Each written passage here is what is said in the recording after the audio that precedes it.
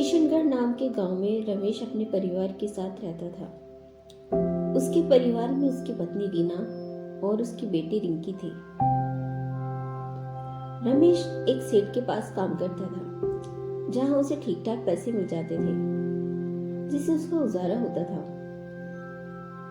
रमेश बहुत मेहनती था, लेकिन उसका सेठ उसको बहुत कम पगार देता था। एक दिन रमेश का दोस्त सोहन आता है और रमेश से कहता है, क्या रमेश भाई, कब तक सेठ के पास कम पैसों में काम करते रहोगे? अपनी मेहनत के अनुसार पगार लो।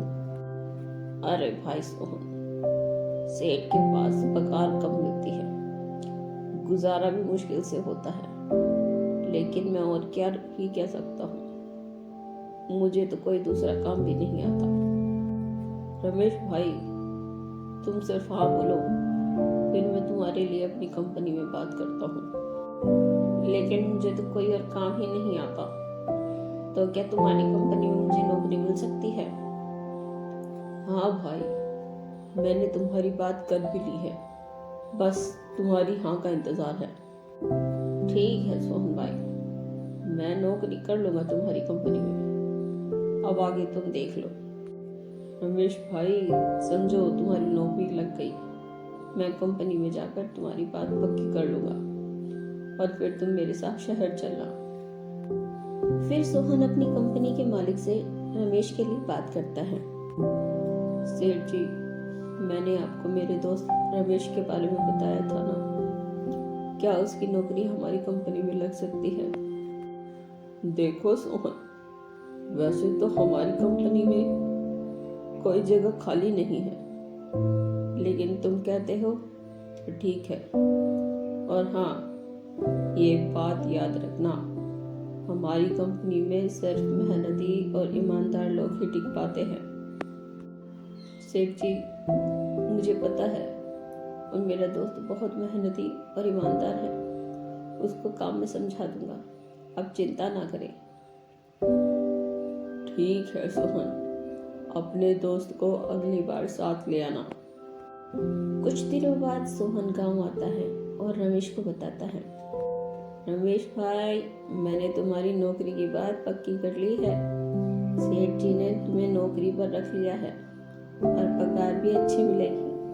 बस तुम तैयार रहना शहर चलने के लिए। ठीक है सोहन भाई, मैं तुम्हारे साथ जरूर चलूंगा। रमेश वैसे तो खुश था, लेकिन उसे अपने परिवार से दूर रहना पड़ेगा, खासकर अपनी बेटी रिंकी से।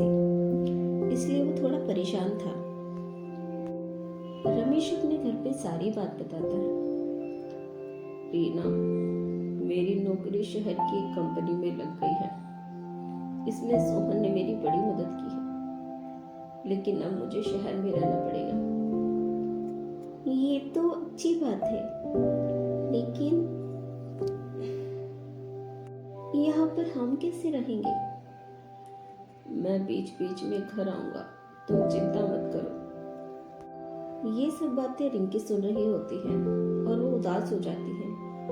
तब रिंकी बोलती है, पापा, आप शहर चले जाओगे तो मैं किसके साथ खेलूंगी? मुझे स्कूल लेके कौन जाएगा? बिटिया, तू उदास मत हो, तुम्हारी माँ तुम्हारा ध्यान रखेगी, और जब मैं शहर से आऊंगा तो तुम्हारे लिए बहुत सारी चीजें लेकर आऊंगा। दोनों को समझाकर रमेश सोहन के साथ शहर आ जाता है और कंपनी में जाता है। सेठ जी, ये है मेरा दोस्त रमेश, इसको मैं ले आया अपने साथ। ठीक है सोहन, तुम इसको काम समझा दो, और रमेश तुम अच्छे से काम करना। रमेश सोहन के साथ काम करने लग जाता है। कुछ दिनों के बाद रमेश घर जाता है तो अपनी बेटी के लिए खिलौने और रीना के लिए साड़ी लेकर जाता है। रिंकी, ये तुम्हारे लिए खिलौने हैं, और रीना, ये तुम्हारे लिए साड़ियाँ।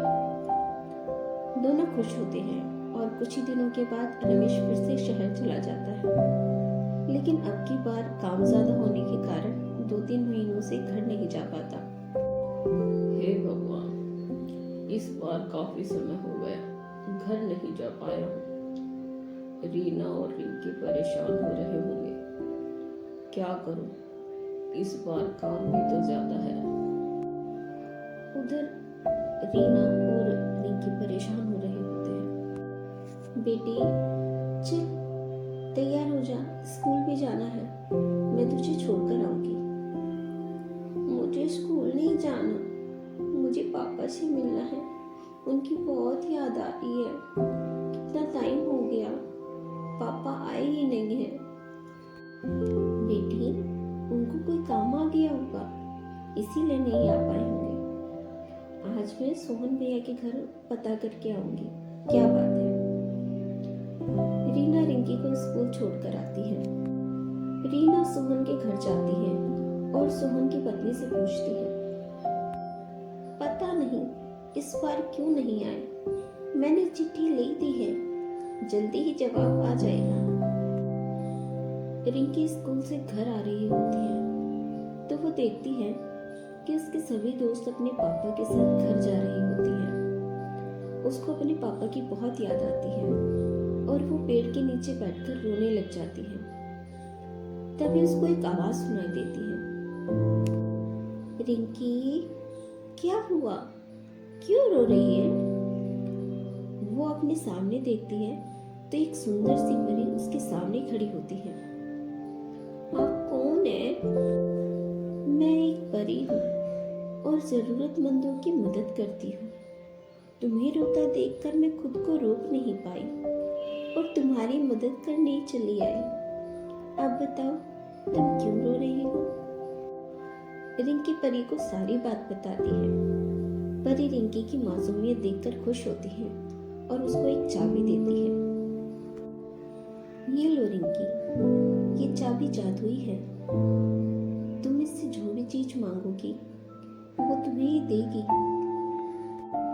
ये तुम्हें कहीं भी ले जा सकती है, बस तुम्हें जिसके पास जाना है उसका नाम मन में बोलना है और जब तुम अपनी आंखें खोलोगी तो तुम उस इंसान के पास पहुंच जाओगी। रिंकी खुश होती है और परी का धन्यवाद करती है और घर आ जाती है।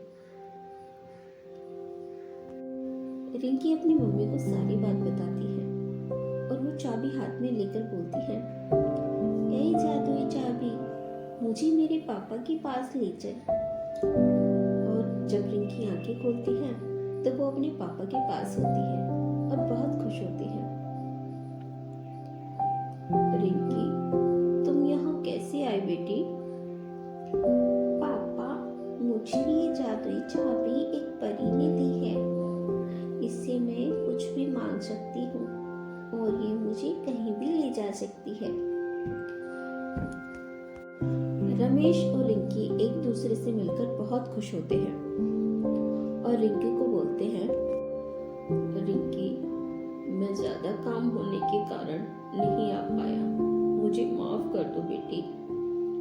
पापा अब आपको इतनी दूर काम करने की जरूरत नहीं है, हम इस चाबी की मदद से अपनी दुकान खोलेंगे। रमेश खुश होता है और फिर दोनों जादुई चाबी की मदद से वापस आ जाते हैं। रीना दोनों को देखकर बहुत खुश होती है।